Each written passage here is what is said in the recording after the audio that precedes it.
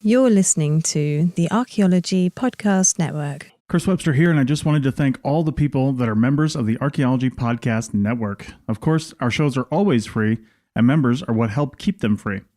Other shows are on Patreon and similar sites and make you pay for content, not at the APN. If you want a little extra and want to give back, then head over to archpodnet.com/members. That's archpodnet.com/members to support archaeological education and outreach. Let's start the episode. Welcome to today's show. Can I restart that?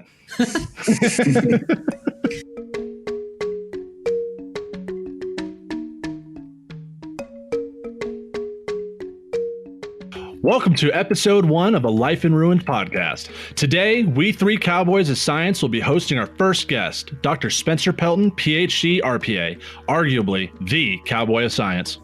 Spencer is one of the most talented, accomplished, and brilliant archaeologists in the country. The dude has over a dozen publications and literally got his PhD last year. Anyone that knows Spencer will tell you that he's one of the most enjoyable people to be around and was a mentor to a lot of us during our time at the University of Wyoming. Spencer's research varies from lithic technology, hunter-gatherer ecology, to human evolution, and his dissertation focused on hominid thermoregulation. The list of his accomplishments would be too much to talk about in one podcast, so we'll let his smooth, Johnny Cash-like drawl tell you his life story.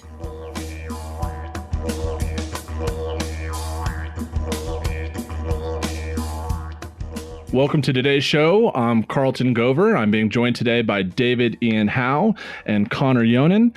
And today's guest is Dr. Spencer Pelton. Dr. Pelton is currently the senior archaeologist for Transcon Environmental Incorporated and is currently running several field research positions, such as a field director for the Powers 2 Paleo-Indian Ochre Mine and reinvestigations of the Sister Seal Paleo-Indian site. Thank you for joining us today, Spencer. Yeah, thanks for having me, guys. Really flattered that you asked me to come on. Oh, absolutely. Yeah, you're our first guest. Yeah, it's a great honor. Thanks, guys. Of course. So just going into what we wanted to talk about today with you, Dr. Pelton, we just had a couple quick questions just to get our guests acquainted with your background. So what got you into archaeology? I mean, that's a pretty basic question. I think I started the way a lot of people do, is walking plowed fields in Tennessee with my dad, looking for flakes, something that's completely out of bounds for me these days. But back when I was 5-6 years old, it was just good fun on these big rivers in Tennessee doing that. I always liked digging in the dirt, always liked old stuff. And I kind of lost it for a while. But then once I got to college, I realized that you could actually do it for a living. So I kind of came back around to it and have stuck with it ever since. Cool. Awesome. And you've been around the sciences the majority of your life through your dad, right? Correct. My dad's a retired wildlife biologist. He worked for the University of Tennessee pretty much his entire career, and he's really into black bears, but does also have some bear research projects and projects on other species throughout the world. So yeah, I grew up doing some den work with his projects, which involves going into black bear dens and immobilizing. And that's not like in your house, right? No, this is primarily in the Great Smoky Mountains National Park, close to where I'm from in East Tennessee. I grew up around the sciences and having a pretty strong appreciation for the sciences. My uncle is also a biologist, and my grandfather is an engineer. And so all that kind of combined to really instill a pretty healthy respect for the sciences from a pretty early age. I can imagine. I remember when I first got to University of Wyoming, which is where all of us, the hosts, met you.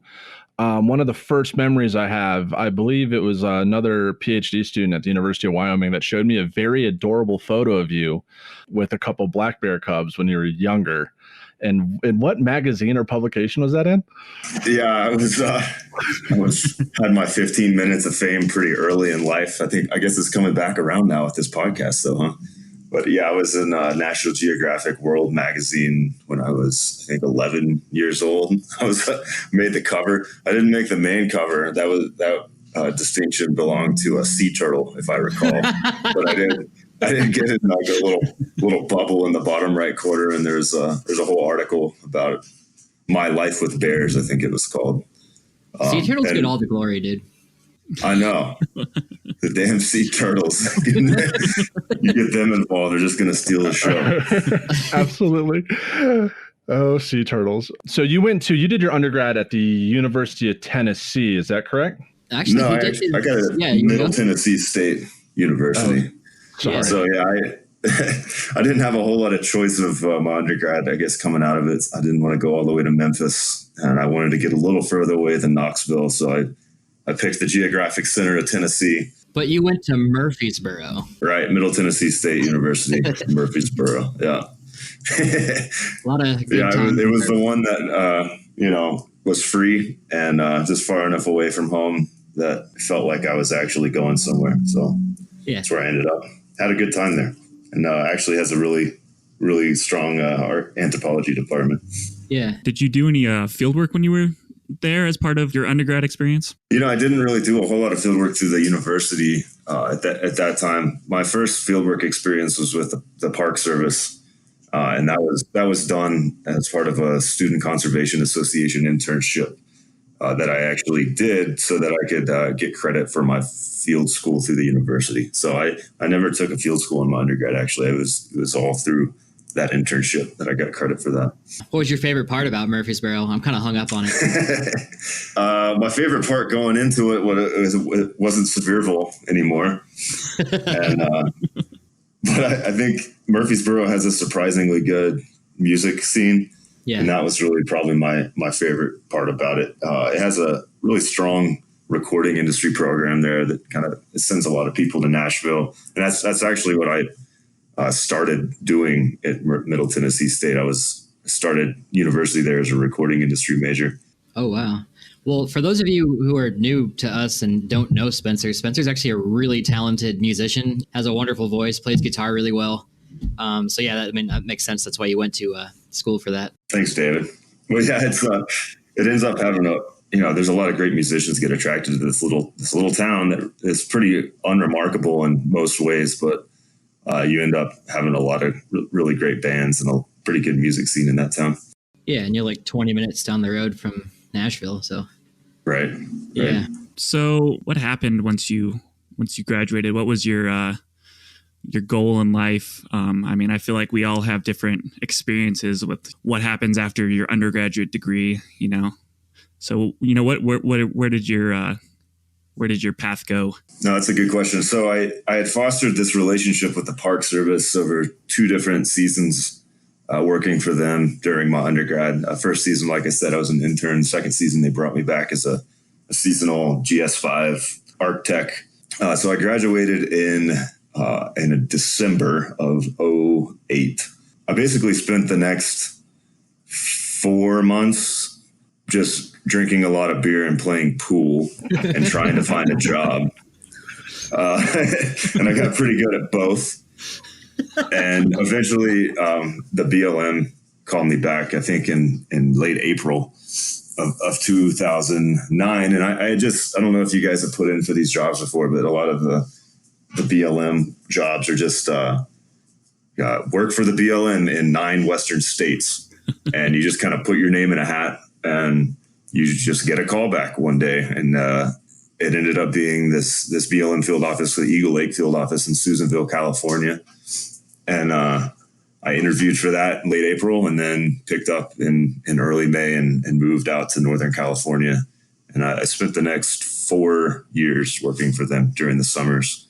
So really, when I came out of my undergrad, I was pretty dead set on a career with the federal government as a federal archaeologist, and kind of wanted to make my way up through the ranks and maybe take on some resource management tasks or something like that. So at that point, a career in archaeology was mainly focused on the federal sector. Yeah. And you had told me at one point that you had gone out there for, or like the area you were working was like one of the more like beautiful areas of California you'd experienced, right? Yeah, it's great. I mean, it's certainly not the part of California you think of when you get all excited about moving to California, because it's not surfing and wine country. It's very much like high desert. It's kind of where the Great Basin meets the Sierras, meets the Cascades. It's this really, really gorgeous remote location. Still the most rural place I've ever lived, including now in Douglas, Wyoming. But it's Yeah, it was a great experience. I learned a lot working out there. I mean, it was my first experience in Western archaeology, which is ultimately what has come to be my passion. So, I really value my time there. I mean, it's super interesting to see here that you're like focusing on kind of government jobs out of, undergrad. I don't know how many people are like, I just finished my undergrad. Let's go work for the government. At least in our profession, I kind of was just staring off the edge of a cliff, like, what now? Yeah, I had a little bit of a leg up. My mom works for the Park Service, and so she really kind of set me up on that path early on. And yeah, I was at least aware that it was like pretty secure sort of job path to go down coming out of my undergrad, and something that would be worth pursuing. So what made you choose to go get your master's at Colorado State? Yeah, initially it was I was offered a promotion through the BLM if I got my master's. At Colorado State in particular, I had some connections to Colorado, and I started looking at programs there that I could afford. And I landed on Colorado State University because I found a couple names there. Jason LaBelle, who ended up being my advisor. And it really interested me. So let's see, I worked for the BLM for like 6 months. Had a winter off, did nothing, basically. Worked another summer, and then that fall of 2010, I started my master's there at CSU. And for the next 2 or 3 years of that program, I lived this kind of double life where I'd drive back to California every summer, work for the BLM, and then I come back and work on my master's work during the school year, and just kind of go back and forth like that for a couple of 3 years. That's quite the transition, because if you haven't been to Fort Collins, it's not very small and quiet. It's not the inverse of the rural life, but it's. Oh, for sure. It was definitely a double life. It was, going back and forth between, I started calling Fort Collins the millennial Shangri-La. It's got like all the cool restaurants and the breweries, the cute downtown. I'm actually there right now. Fort Collins in a hotel, but then Susanville's kind of the opposite of that. It's a prison town in the high desert of California with very little amenities to speak of. But it suited me. I liked it. I liked kind of having my foot in both worlds there for a little while. Well, speaking of millennials, isn't that where you met Connor in Fort Collins? Yeah, it is. Connor was one of my first employees, I guess. Yeah, for sure. You were also, I don't know if you remember this, you were also my TA for Seibold's class, his geography class. Okay. So I was like, clearly doesn't remember. He's just like, I was sitting in the back like a little weirdo. There's a lot of people in those intro classes. Absolutely. Well, we had like 3 TAs or something, right? It was absurd. No, Jason LaBelle ended up handing me a survey of some public lands, or no, some county lands. Just south of Fort Collins, and we did an archaeology survey out there. And Connor was one of the crew members on that, if I recall. That was a good time, super fun. Yeah, it was there wasn't a lot there, but it was pretty. Sure, it was pretty. There was a lot of elk out there.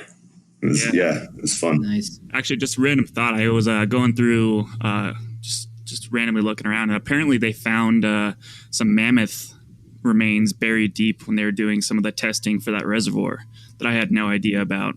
I actually heard about that. With the paleontologist that worked on that is now doing some subcontracting for the company I work for, and he told me about that. Yeah, wow. Small world. Yeah, absolutely. So when you came to CSU, did you have an idea for what you were going to do for your master's, or do you just kind of come in blank slate, hoping to? No, I had no idea really. I'd say the one skill that kind of set me apart from other folks was that I was really good at GIS. And so I wanted to do something with like a geospatial component to it. Actually, what my minor is, my undergrad was in GIS. And if I can recommend anything for people's careers in archaeology, it's that you learn how to use that software, because it kind of makes you the most popular guy in the room in some of these like federal offices and CRM firms and stuff, if you have a good grasp of that. So yeah, I had very vague sense of it. I was excited, and I could talk and had ideas, and I think Jason LaBelle really respected that and was kind enough to bring me on as his student. So I'd say a combination of having some GIS skills and just having kind of an innate curiosity for the discipline. Some ideas were the two things that I had going for me going into a master's program. But other than that, I was pretty clueless. I had very few research skills. I really didn't know how to use Microsoft Excel at all, which is a pretty valuable thing to know if you're dealing with data of any kind. I was green. I was really green. That's what Todd's for. And if I can echo anything Spencer says, is that the only reason I have a job in CRM right now is because I did a little bit of GIS for my thesis. So learn it. It's very valuable. Yeah. So tell us about your master's thesis research. It had something to do with, you know what? Just tell us about it. It was titled Groundstone Lithic Technology of Indian Peaks, Colorado, right? Yeah. So it's there's this weird phenomenon in the Front Range of Colorado where the alpine country is just full of archaeological sites, and that was really unknown to me before I came to Colorado. And the most impressive of those archaeological sites are these big game drives, which I ended up researching them as well. I have a paper on that with Jason LaBelle. But there's also this weird thing where there's groundstone tools everywhere, things that you use to process plants, grind plants up. And the alpine tundra is not really the type of place that you associate with really rich floral resources. And so I got really intrigued by the presence of these tools all throughout the Front Range. I think it was 40% of the sites have groundstone up there, which is a really large number. And some sites have a ton of it on there. So I wrote a thesis trying to explain why one might carry these groundstone tools up from the Front Range to these alpine sites. That's the other thing. All the groundstone tools up there are carried at least 20 kilometers uphill to get to these sites. Sounds like a rocky predicament. I think like most people, they kind of like cringe when they go back and look at their master's thesis, and I do the same. But the one thing I can't say about it is I was able to ask some questions and kind of throw some hypotheses out and try to use data to answer those. And I feel proud that I kind of got to that point of scientific inquiry by the time I wrote my master's thesis, as opposed to just more of kind of a descriptive master's thesis where you dig a few shovel tests and describe what came out of them. Gotcha. Well, do you have any advice for people thinking about starting their master's or thinking about graduate school in general? Always have it paid for by somebody else. There's no point going into debt. I'd say if you're just going into a graduate program because you don't know what else to do, don't do it. Especially if you got to take out student loans to finance it. I'm pretty pragmatic about a lot of this stuff. So that's really my first piece of advice. As far as which programs to get into or what skills you need to foster before you go into one, it's kind of conditional upon your own interests and where you want to go with your career. I would certainly say that learning how to read critically and quickly and like skim academic literature and really digest it quickly is probably the most valuable skill that you're going to need when you go into a graduate program, as well as some basic understanding of descriptive statistics and Excel and how to use PowerPoint, all the basic stuff that you kind of pick up as you go along. But if you have some of those skills going into it, then it definitely gives you a leg up. No deep philosophical insights into it though, other than like, don't do it unless you have to. I mean, it's no use kind of spinning your wheels, paying more student loans than you already do. And ending up with something that you don't really know what to do with. So if it's not going to advance your career at all, then I wouldn't suggest doing it.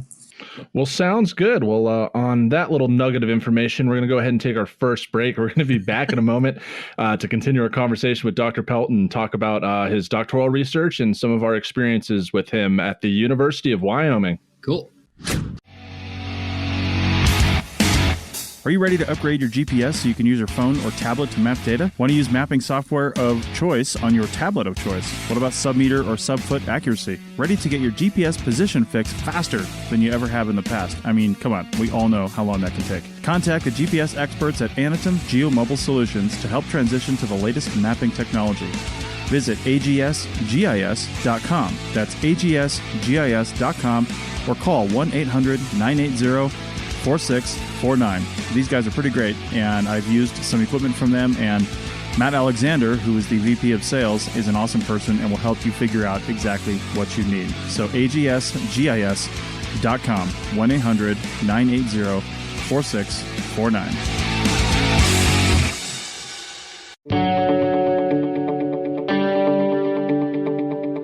Hey everyone, Chris Webster here to tell you about all the awesome APN swag over at our TeePublic store. Check it out at arcpodnet.com/shop.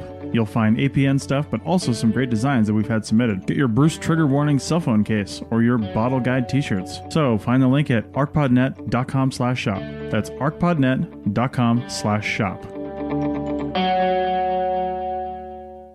And welcome back to episode 1 of a Life in Ruins podcast. We're about to continue our conversation with Dr. Spencer Pelton. And for this segment, Dr. Pelton, we just want to kind of talk to you about your experiences as a doctoral student at the University of Wyoming and just kind of talk about experiences personally that we have with you. Connor met you originally at CSU, Colorado State University, and me and David met you at the University of Wyoming. So why did you choose Wyoming to begin with? It's a great program. That's a pretty simple answer. But I also kind of fell in love with the Plains and Rocky Mountains when I was down at Colorado State working with Jason LaBelle. And so I knew I wanted to do some archaeology in the Plains and Rocky Mountains and continue doing research in that region. And, when it comes down to it, you start looking at programs, there's not a whole lot of choices there. There's CU, maybe University of New Mexico, something in Utah or Montana. But I ultimately decided Wyoming because I thought the faculty did really interesting research, and I had met them before and really enjoyed being around them. And I'm talking about Bob Kelly, Todd Serval, Marcel Kornfeld, Mary Lou Larson, all the folks that are there at Wyoming that do Plains and Rocky Mountains archaeology. I should also, you can't pass by George Frizen being still around the department. He's still in there as much as possible. So all those things together, it made it a pretty logical choice in my mind. And so I went up and visited with Todd in the fall of 2012, I guess. And one thing led to another, and I spent the next 5 years there. Gotcha. And this is an absolutely pertinent question, but do you have a Bob Kelly impression? Carlton, can you turn the music down, please? I guess that's it. I don't know. I've never tried that one before, but something like that. Oh my gosh, fair enough. So when did you start your doctorate program at Wyoming? Was it directly following your completion of your master's? Yeah, I actually finished my master's the first semester I was at Wyoming. So there was no break between my master's program and the PhD program. I was feverishly finishing my thesis, my master's thesis for submission that fall semester, on top of being completely overwhelmed with starting a PhD program. So that was a stressful time. Fall of 2013 was my hair got pretty long, beard got pretty thick that fall. I think that's when I met you, and I remember it being like wicked long, and I was like, what? I guess that leads to the next question. What was your first impression of each of us when you met us at Wyoming? And I know for a fact you remember the first time you met me, which was at the Buckhorn, if you remember correctly. My first impression of each of you, huh? I already knew Connor, so I knew he was just a very polite, industrious young man, and I was very happy to have him at Wyoming, coming up from Colorado State. David, I don't quite remember the night you're talking about. I'm assuming there was. It was when my mom picked me up from the bar. Oh, that's right. Yeah, David was visiting the department to come, and we took him out to the Buckhorn.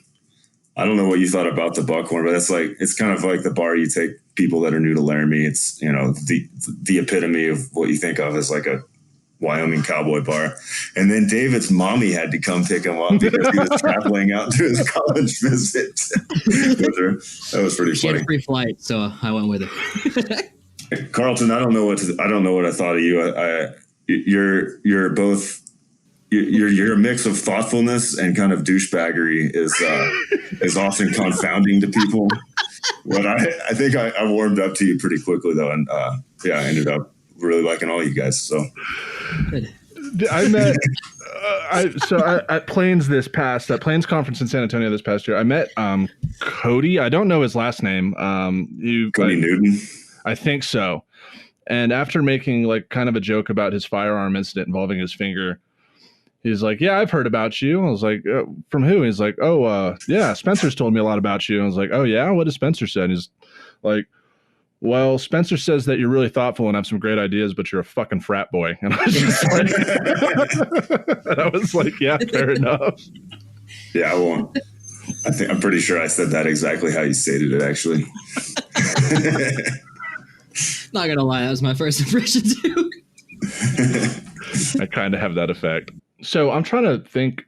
I only spent one session in the field with you during Bob's, the first rock shelter pre-session with all the graduate students. Yeah. Connor and David, did you guys have any experiences with Spencer in the field? I know, Connor, you worked with him on a survey, but like anything specific to Wyoming? Me, Spencer, and Crabe, was it Randy and Eric? All we went on the Bighorn excavations that first year. Yeah, we tested some rock shelters up there. Yeah. That was when me and you had like a just straight day of bonding in a cave. That was fun.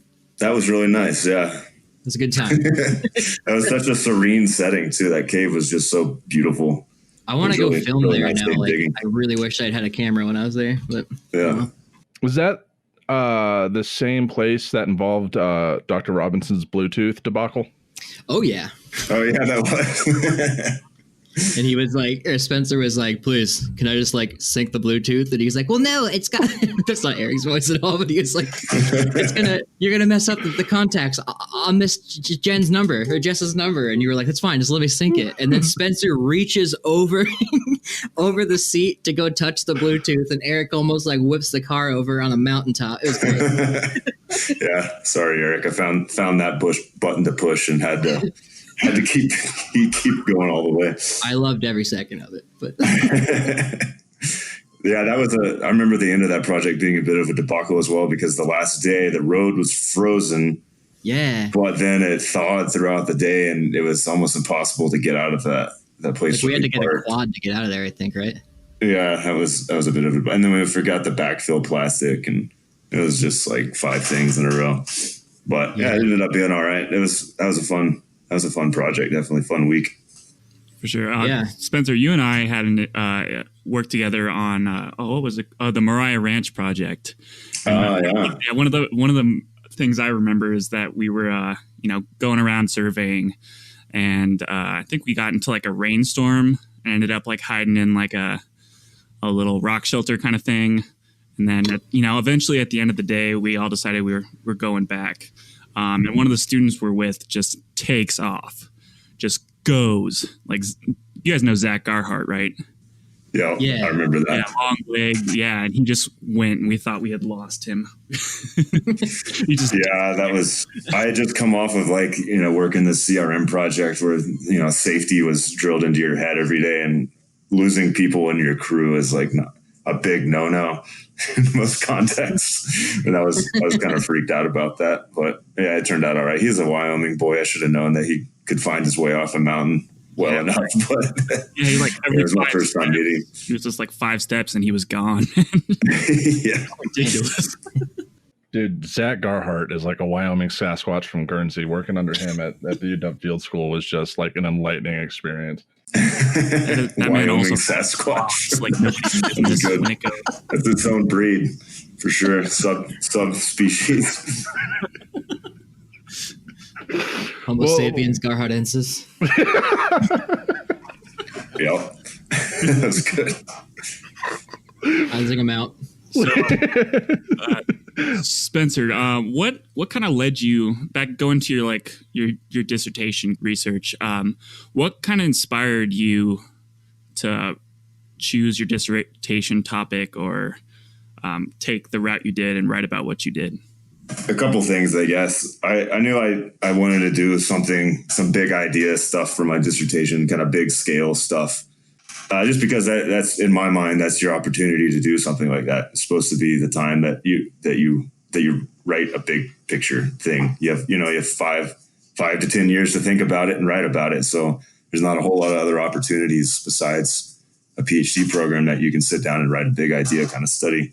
That's a cool point. The study, by the way, is about thermoregulation, so about the impact of temperature on the archaeological record via human behavior. And the other reason was I kind of gotten into some human behavioral ecology ideas through Bob Kelly's work coming into the program. And wait, Bob Kelly does human behavioral ecology? Yeah, right.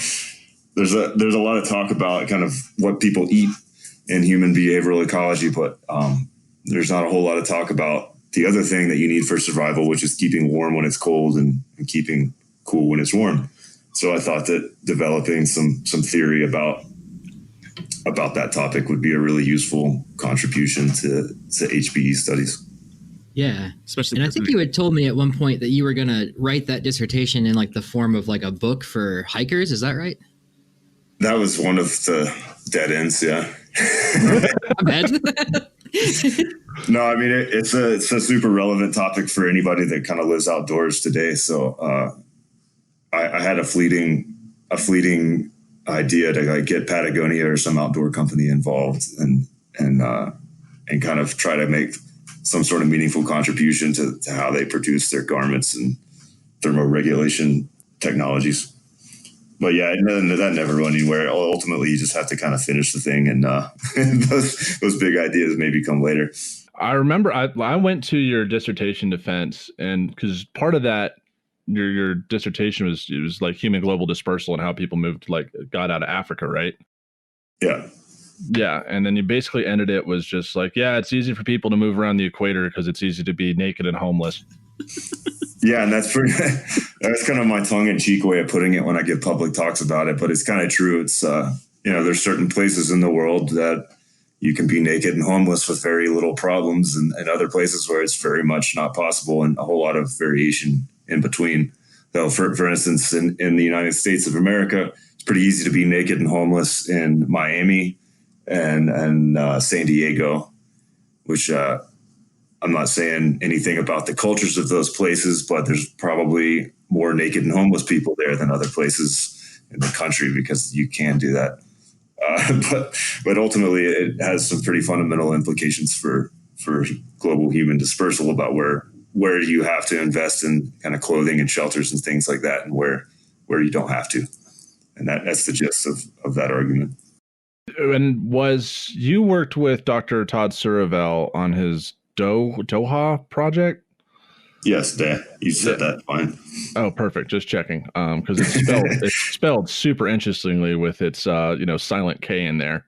Todd pronounces it a little differently, but I'm not going to try to attempt to mimic it. So yeah, fair enough. How were you able to incorporate that research with those reindeer herders into your dissertation? Yeah, I was. That was one of the really fortunate experiences of my PhD. Was getting to go with Todd over to Mongolia and live with these semi-nomadic reindeer herders for a couple months. Just a very brief synopsis of that project. Todd designed it. It's brilliant research design, and it's basically about mapping people in mobile campsites. So it's ethnoarchaeology, but you're mapping people instead of trash. So from those data that Todd had been collecting over multiple seasons, multiple years, I was able to make some generalizations about how much time people spent in outside versus inside spaces within mobile camps relative to temperature. So it's pretty intuitive, but the colder it gets out, the less time you spend outside, the less kind of production tasks you do outside, and the more you move those things into homes. But I was able, using Todd's data from the Doha Ethnoarchaeology project, was to really formalize that and come up with some formal parameters around how people do that. So in Todd's program, they do all seasons, right? And you ended up going in the winter. Is that correct?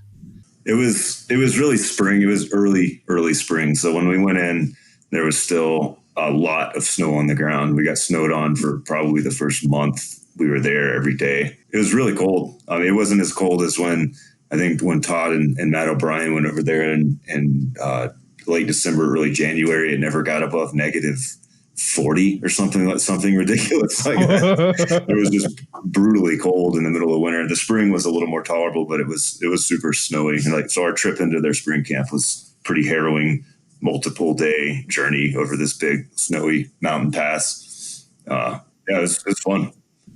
were you skiing behind the reindeer? Is that what I remember? Were you like? No, I was riding reindeer. We did bring skis with us, and so we ended up breaking trail with the skis so that the reindeer had a more solid kind of path to walk on, because they kept breaking through the snow and getting mired in the snow. So we ended up breaking trail with skis, but we were all riding deer. I was told that if you put a reindeer with a red nose in front of the rest of them, that they all know where to go. Is that valid? That's an absolute truth, Carlton. They always keep one reindeer with a red nose around, and you guys weren't forced to wear them when you were in front breaking trail. No, that would have been a little cruel. No, the reindeer are really good in the snow, right? That's what they're meant for. But if you hit the snow at just the wrong time, they kind of the snow doesn't have a hard enough crust on the top, so they end up breaking through anyways. And yeah, they really struggled on our trip into that camp. Pretty hard. David, you had something to say? Oh, right. Yeah. I was going to ask nothing about, Rudolph for Christmas. But did historic reindeer herders in like the taiga or the steppe, did they use skis to break trail, or was it like a different thing back then? Yeah, they say they did. We actually had a pair of wooden skis in our camp.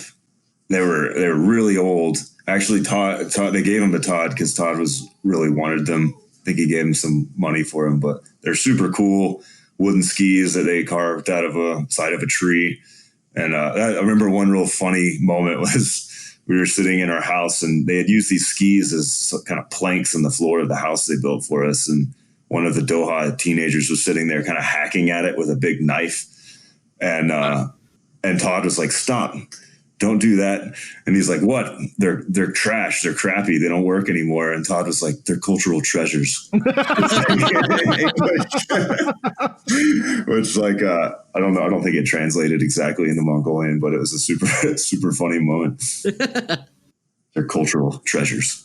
And they are. They were super neat. I mean, probably some of the last handmade wooden skis around in the taiga. Cool. Well, I guess that'll conclude this section, and we can go on to session 3. We talk about your high points and low points of your PhD work and what you're doing now. So I guess we'll get back after the break. Hey, I'm Chris Webster, and this is your WildNote tip of the month for October 2019. As we move into the off-season for much of the Northern Hemisphere, you might be wondering what to do with your fancy digital data management software. Well, here are some ideas. WildNote can be used to help catalog artifacts in the lab. Just export a pivot table and import into your existing database. Create new forms to manage proposals and report writing tasks. Not all forms for data collection have to be exported. They can just be used for organization and internal data gathering. Finally, test out new forms for the next field season. Check out our safety forms or build your own. If you aren't using WildNote yet, head over to wildnoteapp.com. That's wildnoteapp.com for all your digital data collection needs and a free trial. Hey everybody, Chris Webster here, and as we head into the off-season for much of the Northern Hemisphere, it's time to buckle down and write those reports. As we all know, the time you work on the report has to be accounted for. That's where Timular comes in. Timular is a time-tracking app, but it also has a physical component. Just flip the Timular cube to the side that represents what you're doing, and it stops time on one task and starts it on another. Check out Timular over at arcpodnet.com/Timular. That's arcpodnet.com/TIMEULAR. And welcome back to A Life in Ruins podcast. Still continuing our conversation with Dr. Spencer Pelton. And we're going to conclude this episode by talking with Dr. Pelton about, his post-PhD career and just where he's at now. So Dr. Pelton, what have you been doing since you got your PhD from the University of Wyoming? Oh, shortly after I got my PhD, I got an email from our department from a company called Transcon Environmental, and they were looking for an archaeologist in Wyoming with a graduate degree that had spent some time doing CRM work, and it sounded a lot like me. So, yeah. But it was fine. The president of the company, and I was a little suspicious that it was real, because that never happens. Like, presidents of companies don't just send out emails with their personal numbers to call them, but. I'm glad I followed up on it, because I did. I interviewed with them winter of last year, and I've been working for Transcon now for just about a year. I started March 8th last year, and it's been a great experience. I've been working primarily on a big infrastructure project between Medicine Bow, Wyoming, and Rock Springs, Wyoming, big transmission line called the Gateway West project. But also have been working on some projects throughout the West in Utah, Arizona. We're doing a little bit of stuff in Nevada, as well as a couple other projects in Wyoming. It's been great. I've gotten a whole lot more experience in other aspects of the environmental planning process than I thought I would get. So a lot of my days I'm actually not working on archaeology. I'm working on stuff like raptors and noxious weeds and roads, that kind of stuff. Not every day, but oftentimes my work is focused on other parts of the environmental planning process, and actually have really found myself to enjoy it. Cool. Dabbling in other sorts of resources. Now, are you pursuing academic positions at all, or are you pretty firmly happy with your current position with that CRM firm? I'm really happy at Transcon Environmental. I've applied for a couple academic jobs here and there, but I'm being very selective about it. I'm doing the extremely controversial thing of not applying for every academic job that's advertised every year. I'm only applying to ones that I would genuinely want and want to pursue. It's really not what you're supposed to do in this position. A lot of people will tell you, but ultimately my quality of life and the place I live, the people I'm around, I think matter a little bit more to me than kind of that relentless pursuit of an academic position. So yeah, I'm applying to them here and there, but they don't grow on trees, and there's a huge oversaturated applicant pool of PhDs trying to land these positions by people that are more talented than me and also a little more driven to pursue an academic path than me. So I'm being pretty selective about ones that I put my name in the hat for. Yeah, fair enough. I remember when I told you I got into Boulder, you told me to not spend a lot of money on brunch because it racks up quickly. Yeah, that's how I spent $10,000 in Boulder one winter. Yeah, and I didn't follow that advice to the dismay of my bank account when I first got here. Oh yeah, but, yeah. Got to have your eggs Benny, huh? No, I need aggressive amounts of mimosas. So, Spencer, you were saying that you're kind of selective about the jobs that you're looking for in academia, and probably with in CRM as well. What is kind of, can you walk us through that process of how you kind of figure out what school you want to, or what job you want to apply for or not? Yeah, sure. It comes down to a balance between compensation and personal interest is what it boils down to. In terms of personal interest, I think the academic jobs that I consider going for are ones that have, a strong research program, programs that don't require you to have an onerous teaching load are really the only ones that I've been considering applying for. I love doing research. I mean, that's kind of like why I continued to do a PhD program, so I'd have a chance to do a lot of awesome archaeological research, and that's what it provided me. So if I'm going to keep doing the academic thing, it really has to be in a research capacity. The other thing that you really have to take into consideration is compensation, and a lot of starting academic jobs are compensated very poorly for the amount of work that you put into it, especially when you start getting into adjunct positions and they kind of like dangle the carrot in front of you with like yearly positions, that kind of stuff.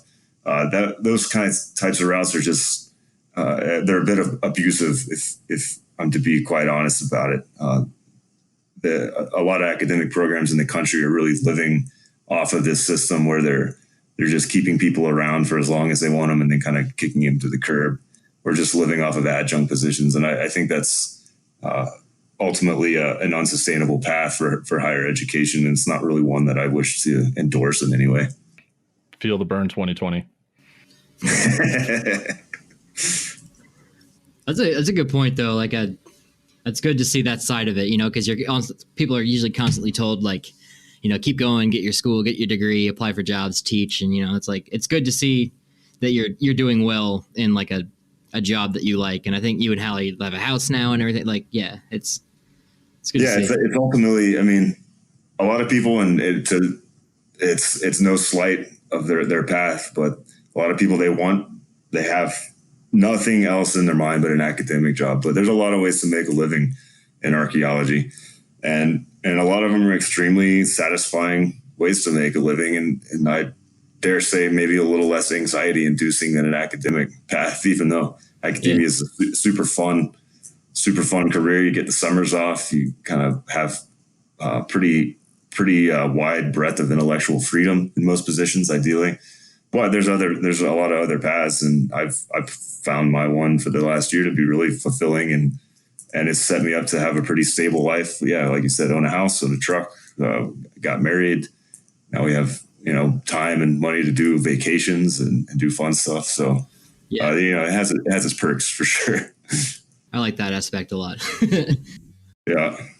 I guess let's see. Like, do you? I guess to continue on that, do you feel like fulfilled in your career, or like do you feel fulfillment? For sure, yeah. But like I said earlier, a lot of it comes from being able to pursue some things that have really put me out of my comfort zone and really out of my core skill set. So, for instance, doing marketing to like telecom companies or energy companies, or writing proposals for bids.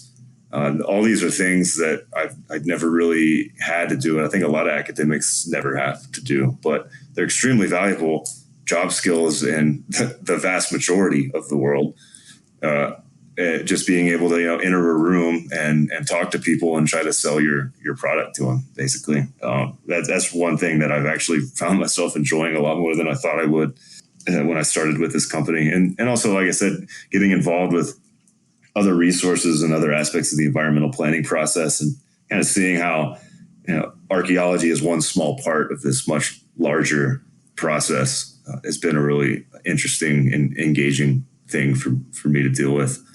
And that's really what keeps me interested in the job ultimately, I think. I mean, I like doing the archaeology as well, obviously. I don't think many archaeologists that have had a foot in both the academic realm and the CRM realm would tell you that CRM archaeology is quite as exciting as say digging at Ulm Rock Shelter, in a rock shelter with 11,000 years of prehistory stacked on top of each other with twine and perishable artifacts and all sorts of cool tools and stuff. So it's just the reality of that. I would suggest if you do go into CRM, it's nice to kind of keep a foot in some other realms of it as well, to keep you engaged and make sure you don't burn out. Because writing up fire-cracked rock scatter number 570 is never anybody's like ideal way to be engaged with archaeology. Yeah, but you still get to through your current profession. I mean, you're still doing research projects like on the side, correct? Yeah, nights and weekends. I'm still pretty engaged with several research projects. And honestly, I wake up some days and think I have more time to do that in the private sector than I would if I was in a academic job with a heavy teaching load. That's probably a little optimistic because teachers have the summers off. But yeah, I've been able to maintain projects at the Sisters Hill Paleo-Indian site, which is a great now stratified Paleo-Indian site up by Buffalo, Wyoming. I've managed to create a pretty interesting marriage of my personal academic projects and the CRM world at the Powers 2 site. So where we've worked out a way for the Wyoming Abandoned Mine Lands program to put some money into stabilizing this Paleo-Indian ochre quarry. And I'd been working on that site for a couple of years prior, and now we've actually got some state money involved to help stabilize this really remarkable site. So yeah, that's definitely kept my interest in archaeology stimulated in a big way. And at this point on papers, I'm kind of the guy that comes in and like writes the background section or something, and people will ask me to kind of edit stuff and formulate arguments and stuff like that. So I've been able to keep engaged with research in some pretty meaningful ways. Yeah, I mean, I know I saw you over the summer when I was field directing at Hellgap, like the project that you and Dr. Frizen were running at Powers, and it was just like amazing that you were able to run that, and then you'd work during the day, and then you'd help advise for this site, and it was it was very impressive the way that you were able to do that. That wasn't an ideal setup, sitting in my pickup truck with a laptop filling out site forms for a fiber optic project while also trying to keep the total station running at Powers 2, basically. But yeah, this year will be different because we do, like I said, we've got Powers 2 is my day job now in some capacity. We have funding to go out there and do work on it. So I've been able to work out a way to kind of marry those two. The two aspects, like the two hats, I guess, my academic hat and my CRM hat. Yeah, fair enough. And maybe when you're done with Powers, you can go over to Hellgap and help complete the excavation that you had me start this past summer. Our little shovel skim operation. Yeah. The one that revealed like over 700 artifacts from that little unit. Yeah. Depending on at the SAAs. Yeah, the one that I'm presenting at the SAAs on that at a poster session. Really so if you want to know more about that debacle and how I almost got shot in the back of the head by Dr. Marcel Kornfeld from excavating outside of Locality 1, stop on by. Well, it was worth it. I just remember because Chris Rowe found that point that shouldn't have been there, and you were just like, hey man, it'd be good science if we got a shovel test in there to see what the soil looks like. And I'm like, yeah, that sounds reasonable. And then 700 artifacts later, you're like, yeah, man, there's definitely something interesting here. I'm going back to Powers later. And I was just like, what the fuck? Yeah, it took 5 years of a PhD to tell you, 700 artifacts out of a little shovel scrape of a cut bank was interesting. Yeah. That's wild. Oh, yeah, Hellgap site's got some more secrets, man. Yeah, I've only been there once. It's a really cool site from what I saw. Yeah. So I guess what leads to our next question is, like, we're all anthropologists, and we went to arguably one of the best, the best anthropology programs in the country. And we might be a little biased, but I mean, we learned for field. We learned from like a couple of the best archaeologists that I've ever met. What are your opinions on the field of anthropology, and like what's the future of it in, like, you know, American national discourse? You might regret asking this question, David. I regret a lot of things, but let's see. I mean, I think that American political discourse has been heavily influenced at the moment by certain branches of anthropology, and not in a hugely positive way. I think that anthropology is largely culpable for creating the acceptance of relativistic thought, which is both a really good thing, but also something that was weaponized by the Trump administration during the last election. And, facts they're like your opinions, man. And I think that anthropology should take a little bit of the blame for creating such an acceptance of I guess, relativistic thought. And something that's been kind of weaponized. Other than that, though, I mean, I think anthropology is hugely important for furthering human understanding in the world, and it's something that I still feel really strongly about.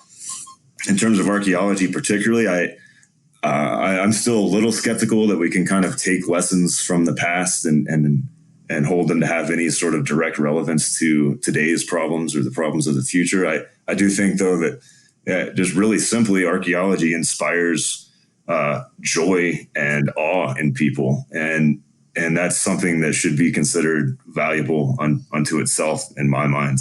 Not just new discoveries or new pretty things, but some of the patterns and that archaeologists have been able to pull out of the record of and how societies form and change through time and collapse. All those things are extremely engaging aspects of our field, and things that we should capitalize on to keep justifying our relevance as a discipline in national discourse.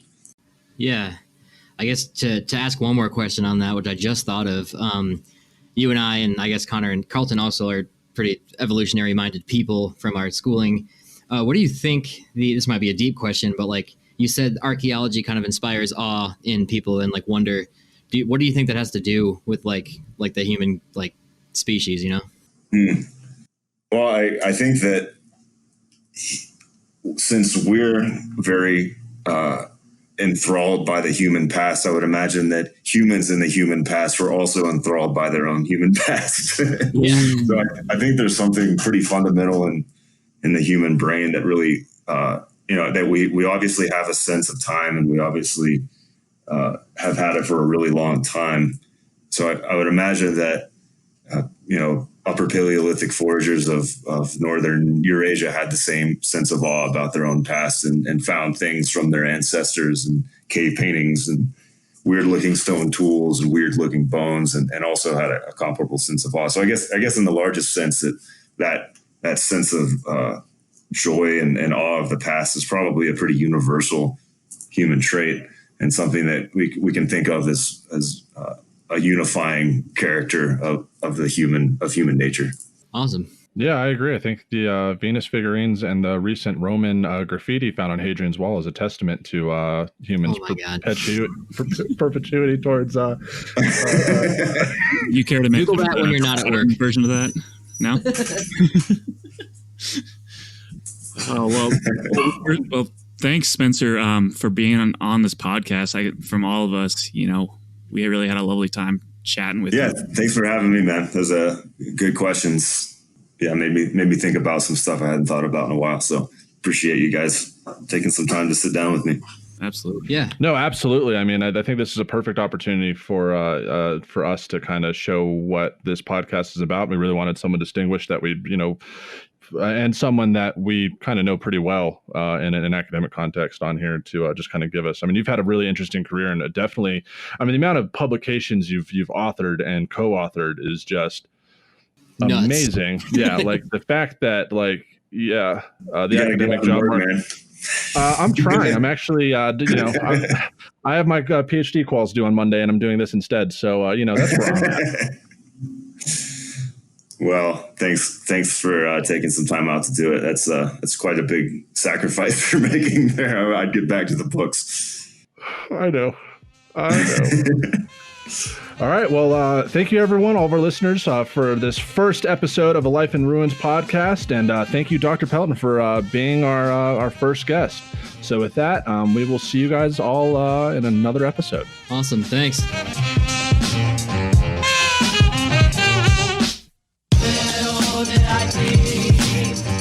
Thanks for listening to a Life in Ruins podcast.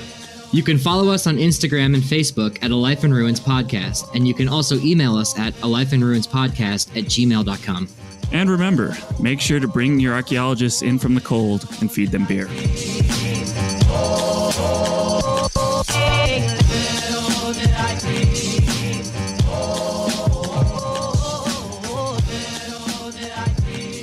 This show is produced by the Archaeology Podcast Network, Chris Webster and Tristan Boyle in Reno, Nevada at the Reno Collective. This has been a presentation of the Archaeology Podcast Network. Visit us on the web for show notes and other podcasts at www.archpodnet.com. Contact us at chris@archaeologypodcastnetwork.com.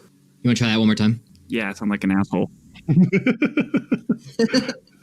Thanks for listening all the way to the end. This is Chris Webster with a quick reminder to check out archpodnet.com/members to help support us in archaeological education and outreach. That's archpodnet.com/members. Now go listen to more podcasts. Now go listen to more podcasts. Now go listen to more podcasts. Now go listen to more podcasts. Now go listen to more podcasts. Now go listen to more podcasts. Now go listen to more